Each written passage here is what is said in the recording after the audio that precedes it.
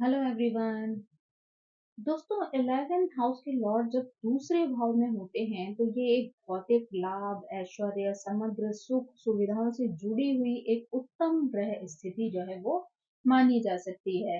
11th house जो है वो आय का और आपके लाभ का जो है वो भाव माना जाता है। अतः 11th हाउस के लॉर्ड जब स्वाभाविक स्थान के अतिरिक्त सबसे उत्तम स्थान दूसरे स्थान पर होते हैं, जो कि स्वयं जो है वो धन और संपत्ति का स्थान है, तो ये स्थिति जो है वो और भी ज़्यादा जो है वो आपके लिए पॉजिटिव जो है वो बन जाती है। यानी लाभ को लेकर अगर बात की जाए तो यहाँ पर आपकी दैनिक इनकम, आपकी जो है वो जोड़ने वाली संपत्ति का योग जो है वो आपके चार्ट में जो है वो बन जाता है। ये एक शक्तिशाली धन योग जो है वो माना जाता है, क्योंकि दो धन संबंधी भाव जो है वो एक साथ एक दूसरे से जो है यहाँ पर जुड़ रहे हैं। यानी 11th हाउस भी जो है वो लाभ का भाव है और आपका सेकंड हाउस भी जो है वो आपकी डेली इनकम का हाउस है। तो ये स्थिति जो है वो दर्शाती है कि व्यक्ति की आय उसके परिवार और उसके पारिवारिक जो व्यवसाय है उसमें जो है वो सहायक होती है। ये स्थिति जो है ये भी दिखाती है कि व्यक्ति जो कुछ भी जो है वो कमा रहा है उसे बचाने में भी जो है वो सक्षम है। यानी कई बार ऐसी स्थिति होती है कि व्यक्ति कमाता तो बहुत है लेकिन सब की सब पैसा जो है उसका कहीं ना कहीं खर्च हो जाता है, वो उसे जोड़ने में जो है वो सक्षम नहीं होता। लेकिन ये जो ग्रह स्थिति है ये बताती है कि व्यक्ति जो कुछ भी जो है वो कमाता है, जो कुछ भी धन जो है उसे प्राप्त होता है, उसको जोड़ने की क्षमता भी जो है वो उसके अंदर मौजूद होती है। ये बड़े भाई-बहनों के पारिवारिक धन में जो है वो योगदान को भी जो है वो दर्शाता है। मित्र होते हैं वो भी आपके परिवार के सदस्यों की तरह ही होते हैं और वो आपको हर क्षेत्र में जो है वो सहायता प्रदान करते हैं। उनकी वजह से भी जो है आपको जीवन में कई तरीके के लाभ जो है प्राप्त हो सकते हैं।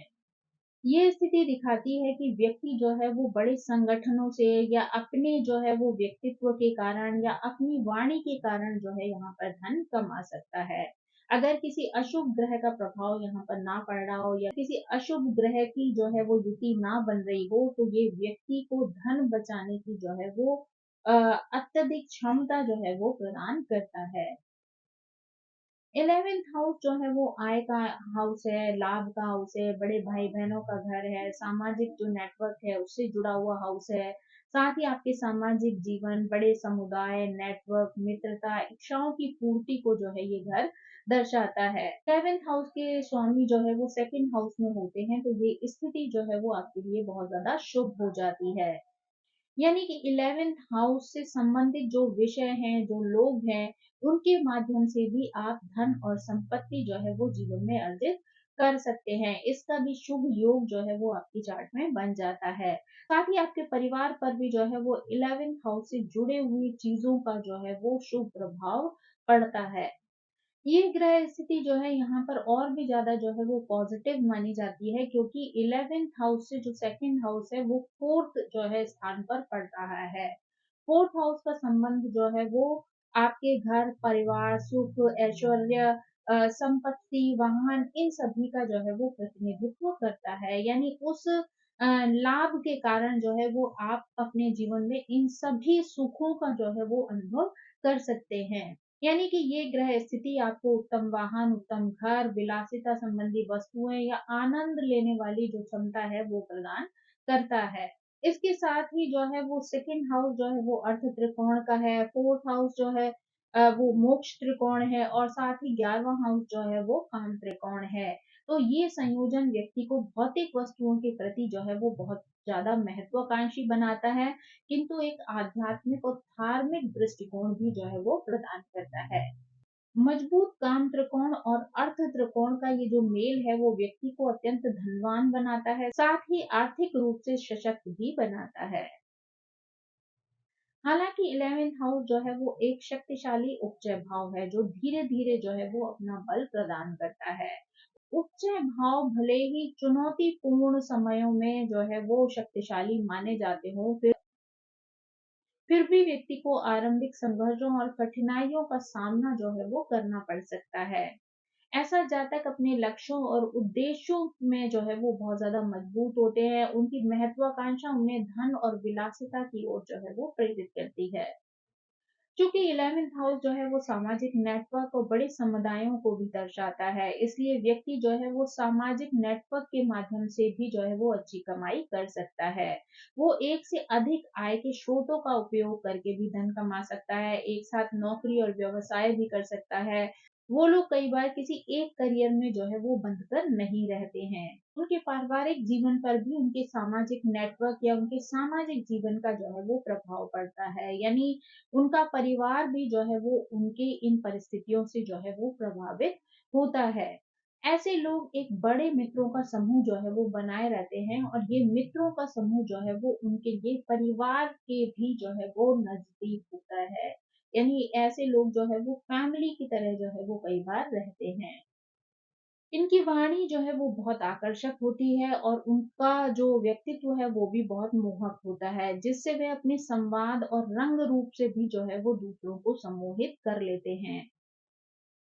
क्योंकि 11th हाउस जो है वो बड़े भाई-बहनों को भी दर्शाता है, इसलिए ऐसे लोग जो है वो बड़े भाई-बहनों के भी बहुत करीब रहते हैं और उनका सपोर्ट भी जो है उनकी प्रोग्रेस में शामिल होता है। अगर 11th हाउस के लॉर्ड जो है वो सेकंड हाउस में नेगेटिव स्थिति में बैठे हों, जैसे कि 11th हाउस और सेकंड हाउस अथवा उनके स्वामी जो है वो गहन रूप से किसी स्थिति से पीड़ित हों, यानी कि उन पर किसी मैलेफिक ग्रह का प्रभाव पड़ रहा हो, मैलेफिक ग्रह की युति बन रही हो, तो ऐसे में व्यक्ति जो है वो बहुत धूर्त किस्म का हो जाता है। यानी वो धन कमाने के लिए अनैतिक तरीकों का सहारा भी जो है वो ले सकता है। ऐसे लोग अपनी व्यक्तिगत इच्छाओं की पूर्ति के लिए अमर्यादित जीवन शैली का भी जो है वो सामना करते हैं या ऐसी जीवन शैली को जो है वो अपनाते हैं। साथ ही ऐसी चीज़ों पर भी धन खर्च करते हैं जो समाज द्वारा कई बार स्वीकृत नहीं होती हैं। ये स्थिति जो है वो प्रत्येक व्यक्ति के चार्ट में जो है वो अलग-अलग स्थितियों में हो सकती है, क्योंकि इसका प्रभाव जो है वो ग्रह की युति, ग्रह का वक्री होना, ग्रह का अस्त होना या अन्य प्रकार की जो है वो कोई दृष्टि संबंध हो, उससे भी जो है वो अलग हो सकता है। यानी हर व्यक्ति के चार्ट में सेम रिज़ल्ट हो ऐसा ज़रूरी नहीं है। परिस्थितियों के हिसाब से जो है वो रिज़ल्ट में बदलाव भी आ सकते हैं। अगर हम जो है वो ग्रहों के अनुसार जो है 11th हाउस के लॉर्ड को सेकंड हाउस में देखें तो वो किस तरीके का फल जो है वो व्यक्ति को प्रदान करते हैं, इससे जो है उनकी स्थिति और भी ज़्यादा क्लियर हो जाती है। अब अगर हम सबसे पहले सूर्य के बारे में बात करें तो यहाँ पर तुला लग्न की कुंडली होती है और सूर्य जो है वो सिंह राशि के साथ 11th हाउस के लॉर्ड बनते हैं और वृश्चिक राशि में दूसरे भाव में जो है वो बैठते हैं। चूँकि वृश्चिक जो है वो उथल-पुथल और अशांति वाली राशि है, यानी यहाँ पर पिता या बड़े भाई-बहनों के साथ उनका संबंध जो है वो अशांत हो सकता है, विचारों में जो है वो मतभेद देखने को मिल सकता है। इन लोगों से जुड़ी हुई परिस्थितियाँ जो हैं वो परिवार में अशांति का वातावरण पैदा कर सकती हैं, साथ ही पारिवारिक धन को भी जो है वो नुकसान पहुँचा सकती हैं। क्योंकि सूर्य जो है वो जिस भाव में भी बैठता है वहाँ के कारकत्व को जो है वो जला देता है। इसलिए यहाँ जीवन की धन संपत्ति से जुड़ी हुई जो अवस्था है, प्रारंभिक जीवन में जो है वो बहुत कुछ अच्छी नहीं होती है। लेकिन पारिवारिक वातावरण, पिता और बड़े भाई-बहनों के साथ संबंध, साथ ही कमाई, इन सभी में जो है वो धीरे-धीरे परिवर्तन जो है वो दिखाई देता है। यानी कि शुरू में वो परिस्थितियाँ जो हैं वो आपके लिए परेशानी की वजह बन सकती हैं, लेकिन धीरे-धीरे करके जो है उनमें सुधार आता है। अगर हम यहाँ पर जो है वो चंद्रमा की बात करें तो यहाँ पर कन्या लग्न की जो है वो कुंडली होती है, साथ ही चंद्रमा जो है वो कर्क राशि के साथ 11वें भाव के स्वामी होकर तुला राशि में दूसरे भाव में बैठते हैं। चूँकि तुला राशि जो है वो व्यवसाय की राशि है, तो ये स्थिति दर्शाती है कि व्यक्ति अपने पारिवारिक व्यवसाय में संलग्न हो सकता है, साथ ही वहाँ से धन कमा सकता है। ये व्यवसाय जो है वो स्त्री उत्पादों से संबंधित जो है वो हो सकता है, यानी जिन प्रोडक्ट्स का इस्तेमाल जो है वो स्त्रियाँ करती हैं, उनसे संबंधित अगर व्यवसाय यहाँ पर होता है, तो उसमें व्यक्ति को अच्छी सफलता मिल सकती है। क्योंकि यहाँ पर चंद्रमा और शुक्र जो है वो दोनों ही स्त्री ग्रह हैं, तो इसलिए स्त्रियों से संबंधित व्यवसाय जो है वो आपको लाभ दे सकता है। ये एक बहुत ही संतुलित मानसिकता को दर्शाता है। ये माता और वृद्ध महिलाओं से लाभ को भी दर्शाता है। मंगल जो है वो 11वें भाव के स्वामी हैं और 2 लग्नों के माध्यम से जो है वो 11th हाउस के लॉर्ड बनते हैं। एक मिथुन लग्न के माध्यम से, दूसरे मकर लग्न के माध्यम से। अगर हम सबसे पहले मिथुन लग्न की बात करें तो यहाँ पर मिथुन लग्न की कुंडली में मंगल 11वें और छठे भाव के जो है वो स्वामी होते हैं और कर्क राशि में दूसरे भाव में जो है वो स्थित होते हैं। यहाँ पर वो नीच के हो जाते हैं और मंगल अपने नीचत्व के अगर पास में होता है तो ये स्थिति दर्शाती है कि आप और आपका परिवार बड़े भाई-बहनों, विशेष रूप से भाइयों के कारण जो है वो धन की हानि झेल रहे होते हैं। यानी अ, बड़े भाइयों की वजह से जो है वो धन का नुकसान यहाँ पर हो सकता है। ये स्थिति जो है वो पारिवारिक धन से संबंधित मामलों में भी बहुत सारे झगड़े और तनाव की स्थिति को दर्शाती है। यानी यहाँ पर भाई-बहनों के बीच जो है वो पैसे प्रॉपर्टी को लेकर लड़ाई झगड़े और वाद-विवाद की स्थिति बन सकती है। ये स्थिति जो है वो बड़े भाई-बहनों के साथ लड़ाई झगड़े की स्थिति भी पैदा कर सकती है। मंगल यहाँ पर अशुभ और नीच स्थिति के कारण ये भी दर्शाते हैं कि व्यक्ति धन बचाने में जो है वो कई बार असमर्थ होता है। यानी व्यक्ति अगर यहाँ पे कितना भी धन कमा ले लेकिन कई बार वो उस धन को जो है वो जोड़ नहीं पाता है। तो यहाँ पर ये भी दर्शाती है कि व्यक्ति विशेष रूप से पारिवारिक व्यवसाय से संबंधित मामलों में जल्दबाजी में निर्णय लेने वाला होता है। यानी जो फैमिली बिज़नेस होता है उसको लेकर जो है वो व्यक्ति यहाँ पर बड़ी जल्दी-जल्दी जो है वो डिसीज़न ले सकता है। किए गए डिसीज़न जो है वो कई बार उसके लिए अगर लाभ दे सकते हैं तो कई बार हानि की वजह भी बन सकते हैं क्योंकि कोई भी व्यवसाय या कोई भी डिसीज़न जो है अगर आप बहुत जल्दबाज़ी में लेते हैं उसके लिए सही गलत का निर्णय जो है वो नहीं ले पाते हैं, नहीं सोच पाते हैं कि उसका जो रिज़ल्ट होगा वो क्या होगा, तो ये चीज़ जो है वो कई बार आपको मुश्किल में भी डाल सकती है। अगर हम जो है वो मकर लग्न की बात करें तो ये मकर लग्न की कुंडली में मंगल जो है वो चौथे और 11वें भाव के जो है वो स्वामी बनते हैं। कुंभ राशि में दूसरे भाव में स्थित होते हैं। ये स्थिति ये दर्शाती है कि व्यक्ति बड़े संगठनों और संस्थाओं के माध्यम से जो है वो धन कमाता है। क्योंकि मंगल जो है वो यहाँ पर शत्रु राशि में है, इसलिए घर का माहौल जो है वो बहुत ज़्यादा तनावपूर्ण भी हो सकता है। यहाँ पर व्यक्ति की वाणी जो है वो बहुत कठोर हो सकती है, लेकिन अगर मंगल पर किसी शुभ ग्रह की दृष्टि होती है तो ये ऐसे में ये स्थिति बदल सकती है। क्योंकि मंगल जो है वो एक प्राकृतिक अशुभ ग्रह है, इसलिए स्टार्टिंग में हो सकता है व्यक्ति को धन कमाने में या धन बचाने में जो है वो कठिनाइयों का सामना करना पड़े, लेकिन लगभग 28 साल की आयु के बाद जो है वो मैच्योरिटी वाली जो है वो स्थिति आती है यानी बनने लगती है, तो व्यक्ति जो है वो धन को लेकर काफ़ी बेहतर स्थिति में जो है वो जा सकता है। यानी धीरे-धीरे करके व्यक्ति के अंदर मैच्योरिटी आती है और वो धन को लेकर जो है वो सीरियस डिसीज़न लेना शुरू करता है। यानी धन को जो है वो कैसे अर्जित करना है और साथ ही साथ कैसे उसको संरक्षित करना है, इस बात की समझ जो है उन्हें आने लगती है।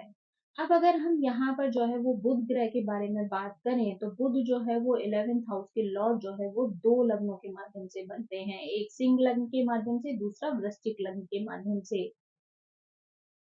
अगर हम सिंह लग्न के माध्यम से जो है वो बात करें, तो यहाँ पर जो है बुध 11वें और दूसरे भाव के जो है वो लॉर्ड होते हैं। कन्या राशि में दूसरे भाव में जो है वो स्थित होते हैं। यहाँ पर वो उच्च के हो जाते हैं।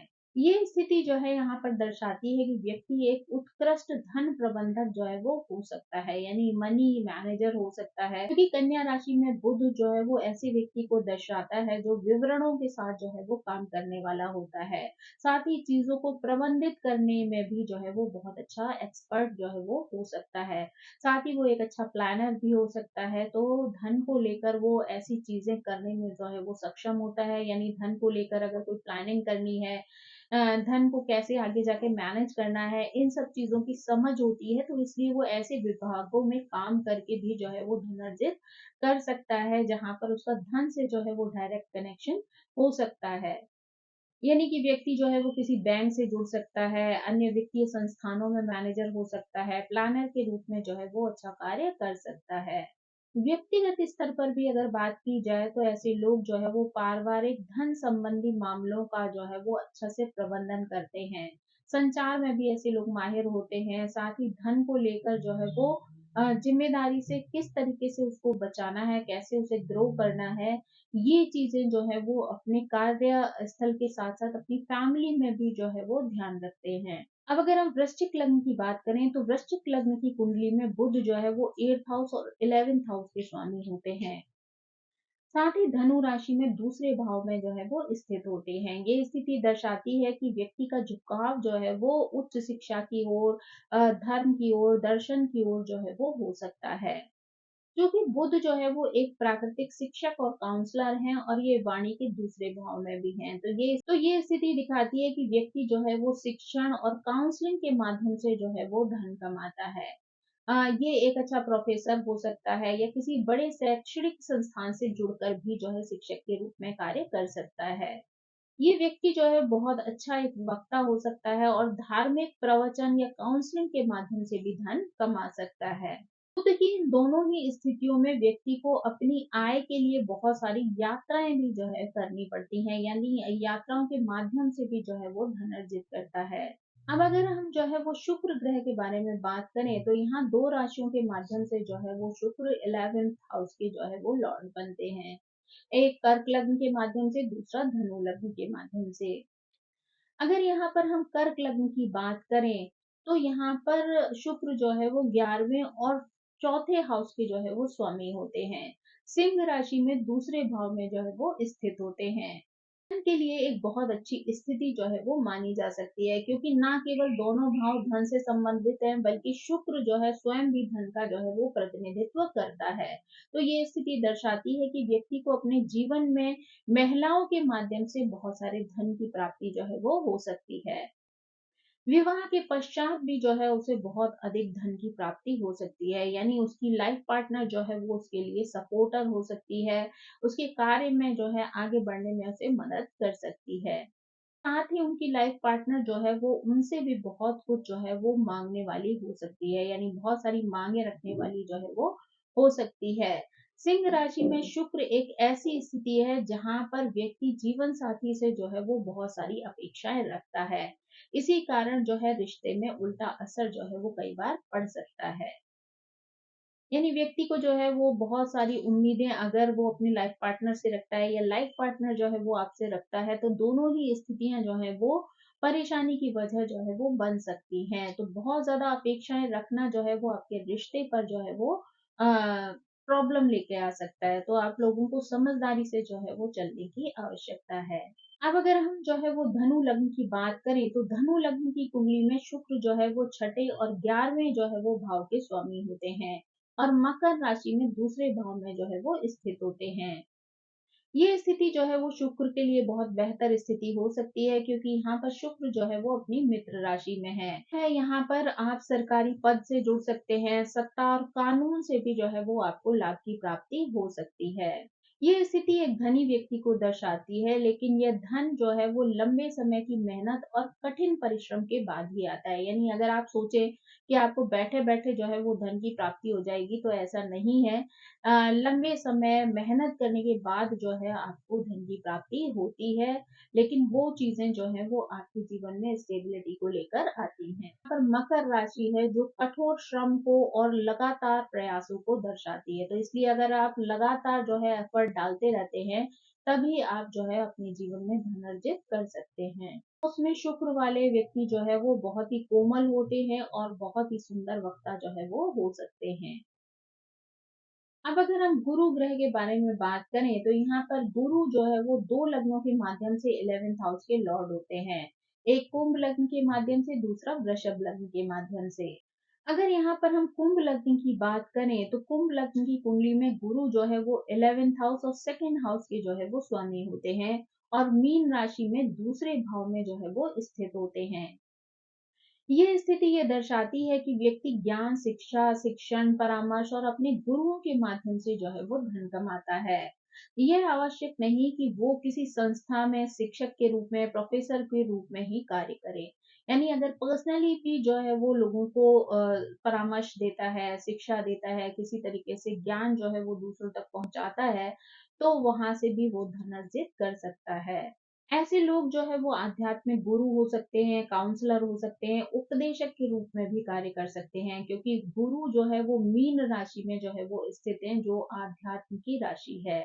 ये एक और भी ऐसी स्थिति है जो आपको प्रभावशाली वाणी देती है, साथ ही वक्तत्व की क्षमता भी जो है वो प्रदान करती है। जो है वो बहुत धनी होते हैं, लेकिन धन को लेकर बहुत ज़्यादा जो है लगाव आपको नहीं होता है। यानी आप पैसे वाले होते हैं, अपनी मेहनत से धन कमाते हैं, लेकिन फिर भी जो है वो धन को लेकर बहुत ज़्यादा जो है वो लगाव महसूस नहीं करते हैं।